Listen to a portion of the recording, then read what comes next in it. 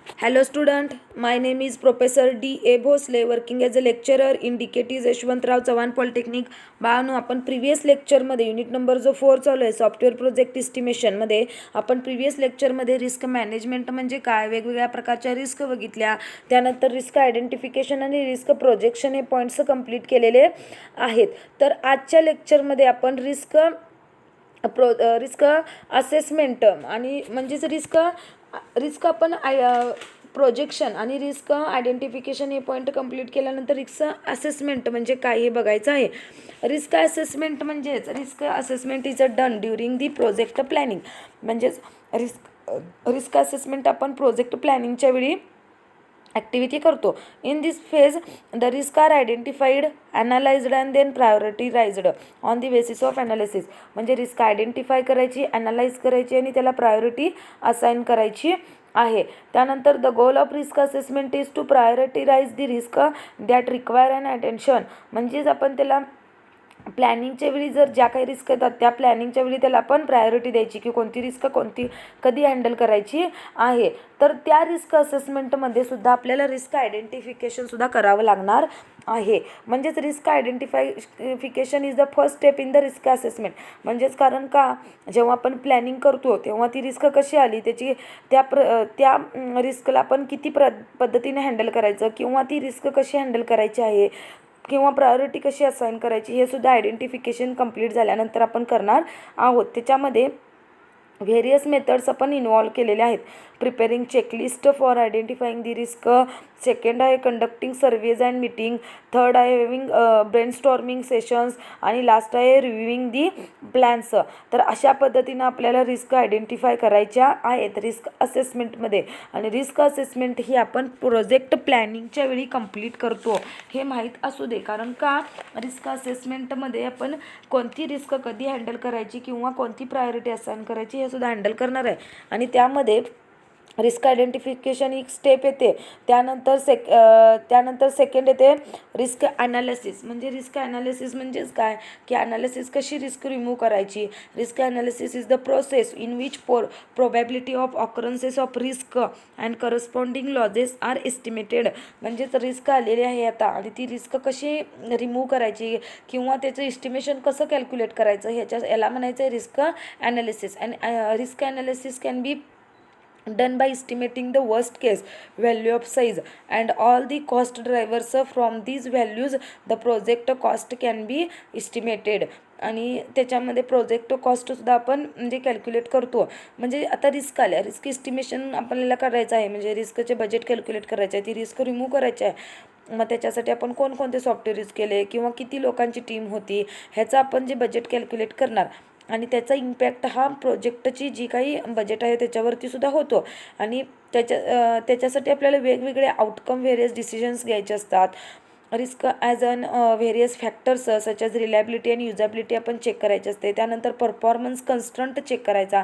म्हणजेच रिस्क येऊ नये, मग रिस्क कशी कमी म्हणजे कमी खर्चामध्ये ती रिस्क कशी रिमूव्ह करता येतील हे आपण अंडरस्टँड करायचं आहे. आणि नेक्स्ट आहे रिस्क प्रायोरिटीरायझेशन. म्हणजेच रिस्क प्रायोरिटीरायझेशन म्हणजेच काय तर रिस्कला आपण प्रायोरिटी असाइन करायची आहे. After a risk analysis the impact of each risk on the project can be analysed. Based on this impact risk can be prioritised. Risk exposure computing is done for prioritizing the risk. The risk exposure is also called as a risk impact.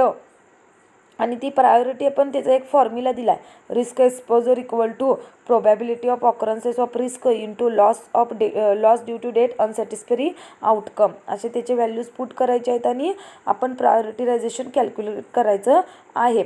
त्यानंतर risk containment आहे. Risk containment म्हणजेच काय reduction of risk. तर risk remove झाल्यात का नाही check करायचे आहेत. तर प्रोजेक्ट मॅनेजरचं हे काम आहे. The project manager and team will be identify the strategy of minimize the estimated eliminate the risk factors, तर त्या रिस्क रिमूव्ह करायच्या आहेत. Lot of high risk factors can be eliminated or reduced during the risk assessment, म्हणजे risk असेसमेंटच्या वेळीच आपल्याला लक्षात येतात की रिस्क रिमूव्ह झालेले आहेत की नाही. तर अशा पद्धतीनं रिस्क कंटेनमेंटसुद्धा करायचा आहे. आणि आता लास्ट पॉईंट आहे RMM स्ट्रॅटजी. तर RMM म्हणजे काय, RMM स्ट्रॅटजी, तर वन बाय वन आपण ही RMM स्ट्रॅटजी बघायची आहे. RMM, R stands for risk, first M stands for mitigation, monitoring and management. RMM stands for risk mitigation, monitoring and management. There are three issues of the risk strategy. Risk स्ट्रॅटजीचे सुद्धा 3 महत्त्वाच्या गोष्टी आहेत. Risk avoidance आहे, risk monitoring आहे आणि risk management आहे. Risk avoidance म्हणजेच रिस्क येऊ नये म्हणून आपण प्रयत्न करायचे. सेकंड आहे रिस्क मॉनिटर करा, रिस्क आली तर ती पहिला मॉनिटरिंग करा आणि त्यानंतर नेक्स्ट आहे रिस्क मॅनेजमेंट, मग ती येऊ नये म्हणून मॅनेजमेंट करायचं आहे. तर आता बघा आपण रिस्क मिटिगेशन बघूया, कारण RMM म्हणजेच काय, रिस्क. आता रिस्क म्हणजे काय माहिती आपल्याला, अनवॉन्टेड एरर आहे. आणि M म्हणजेच काय, फर्स्ट M मिटिगेशन. आता मिटिगेशन म्हणजेच काय, risk mitigation means prevention the risk to occur. Preventive म्हणजेच risk mitigation means preventing the risk to occur, म्हणजे रिस्क येऊ नये म्हणून आपण काय करायचे आहेत, प्रयत्न करायचे आहेत. मग त्याच्यासाठी वेगवेगळ्या स्टेप्स आपण फॉलो करायचे आहेत. फर्स्ट आहे communicate with concerned staff to find the probable risk, मग स्टाफ बरोबर आपण कम्युनिकेशन करा. सेकंड आहे find out the element all these causes that can be create risk before the project start. Project start करण्याच्या आधीच आपण ती रिस्क येऊ नये म्हणून आपण प्रयत्न करा. अशा वेगवेगळ्या स्टेप्स आहेत, मी तुम्हाला आता ती PPTवरती दिसत आहेत, तर त्या वन बाय वन आपण काय करायच्या आहेत, फॉलो करायच्या आहेत. तर त्याला म्हणायचं आहे रिस्क मिटिगेशन. आणि सेकंड आहे रिस्क मॉनिटरिंग. आता रिस्क समजा आली, आयडेंटिफाय झाली, म्हणजे रिस्क आता येईल तर ती मॉनिटर करायची, म्हणजेच काय, ती रिस्क कशी आली, कधी आली, कशामुळे आली, कोणत्या कारणामुळे आली, तर त्याला म्हणायचं आहे risk monitoring. Risk monitoring is the process, ही एक प्रोसेस आहे which is use to remove the risk by the project manager. तर वेगवेगळे टेक्निक्स आहेत त्याच्यामध्ये. The approach or the behaviour of the team members as a pressure or a project varies. Second आहे the degree in which the team performs with the spirit of the team work. त्यानंतर third आहे the type of cooperation among the team members. आणि next आहे the type of problems that are occurring.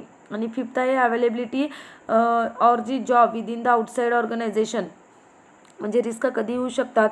जर एखाद्या एम्प्लॉईबद्दल, म्हणजे तुम्ही एखादा employ काही केला असेल, अर्धवट प्रोजेक्ट सोडला असेल आणि त्याने दुसरीकडे जॉब घेतला असेल, तर ते पुढचं जे काम करण्यासाठी सुद्धा प्रॉब्लेम येऊ शकतात.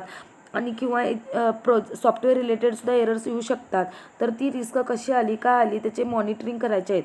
आणि वेगवेगळे ऑब्जेक्टिव्ह सुद्धा आहेत रिस्कचे, to check whether the predicted risk really occur or not, म्हणजे रिस्क ऑकर झालेली आहे की नाही. सेकंड आहे to ensure the steps define to avoid the risk are applied properly or not, म्हणजे रिस्क प्रॉपरली आलेली का नाही ती रिमूव्ह कशी करायची. थर्ड आहे to gather the information which can be useful for analysing the risk, म्हणजे त्याच्यासाठी रिस्क रिमूव्ह करण्यासाठी आपल्याला इन्फॉर्मेशन कलेक्ट करायची आहे. आणि लास्ट स्टेप आहे रिस्क मॅनेजमेंट. म्हणजेच आपण बघा पहिला रिस्क मिटिगेशन केलं. रिस्क मिटिगेशन म्हणजेच काय, रिस्क येऊ नये म्हणून आपण प्रयत्न केले, तर त्याच्यासाठी वेगवेगळ्या स्टेप्स फॉलो केल्या. आता रिस्क आली, मग रिस्क समजा तरीसुद्धा आली तर ती मॉनिटरिंग केली. आणि लास्ट आहे ती मॅनेजमेंट करायची, म्हणजे ती मॅनेजमेंट करायची, रिस्क येऊ नये परत, किंवा ती आलेली रिस्क कशा पद्धतीने हँडल करायची, त्याला म्हणायचं risk management. Project manager performs this task when risk becomes the reality. Project manager performs this task when risk becomes reality. Project manager is successful in applying the project mitigation. If project manager is successful in applying the project mitigation effectively, then it becomes very much easy to manage the risk. जर project manager हा successfully जर ते mitigation केला नसेल किंवा त्याचा impact होत असेल, which is if project manager is successful in applying the project mitigation effectively, then it becomes very easy to manage the risk. म्हणजे सगळं जे काही हँडल करणार आहे मॅनेजमेंट, तो प्रोजेक्ट मॅनेजर करणार आहे. Project manager perform the risk Wien risk becomes reality, म्हणजे रिस्क खरोखरच असेल तर प्रोजेक्ट मॅनेजर हँडल करू शकतो. तर त्याच्यासाठी मॅनेजरनं जे काही निर्णय घ्यायचे आहेत ते मॅनेजर घेऊ शकतो की रिस्क कशी हँडल करायची आहे की नाही. तर अशा पद्धतीनं ती मॅनेज करायची आहे. तर बाळांनो याच्यावरती क्वेश्चन विचारतात, एक्सप्लेन RMM स्ट्रॅटजी, किंवा आता ऑनलाईन झाली तर RMMचा लॉंग फॉर्म विचारतात. R मीन्स रिस्क, M म्हणजेच mitigation, next M means monitoring आणि लास्ट M म्हणजेच काय, मॅनेजमेंट. तर ह्या 1 बाय 1 रिस्क मिटिगेशन, मॅनेजमेंट आणि मॉनिटरिंग याच्यावरती बाळांनो क्वेश्चन विचारतात. तर तुम्ही 1 बाय 1 स्टडी करायचा आहे. तर आजच्या लेक्चरनंतर आपला युनिट नंबर जो 4 आहे सॉफ्टवेअर प्रोजेक्ट इस्टिमेशन तो कंप्लीट झालेला आहे. सॉफ्टवेअर प्रोजेक्ट इस्टिमेशन हा कंप्लीट झालेला युनिट नंबर 4. याच्यावरती दिलेली असाइनमेंट कंप्लीट करा आणि सॉल्व करायची आहे. तर नेक्स्ट लेक्चरपासून आपण युनिट नंबर 5 चालू करणार आहोत. तर आजचं लेक्चर आपण इथं स्टॉप करूया आणि आजच्या लेक्चरमध्ये आपण RMM स्ट्रॅटजी आणि रिस्क असेसमेंट आणि रिस्क ॲनालिसिस आणि रिस्क प्रायोरिटायझेशन आपण या कन्सेप्ट बघितलेल्या आहेत. तर कारण आजच्या लेक्चरमध्ये महत्त्वाचा जो पॉईंट आहे तो RMM स्ट्रॅटेजी आहे. RMM स्ट्रॅटेजी क्वेश्चन विचारतात, explain RMM strategy in detail, तेव्हा तुम्हाला हे क्वेश्चनचे आन्सर देता आले पाहिजे. तर आजचं लेक्चर आपण इथं स्टॉप करूया आणि आपला युनिट नंबर 4 जो आहे risk project software project estimation तो इथंच कंप्लीट झालेला आहे. तर नेक्स्ट लेक्चरला आपण युनिट नंबर 5 चालू करणार आहोत. तर आजचं लेक्चर आपण इथं स्टॉप करूया. थँक्यू.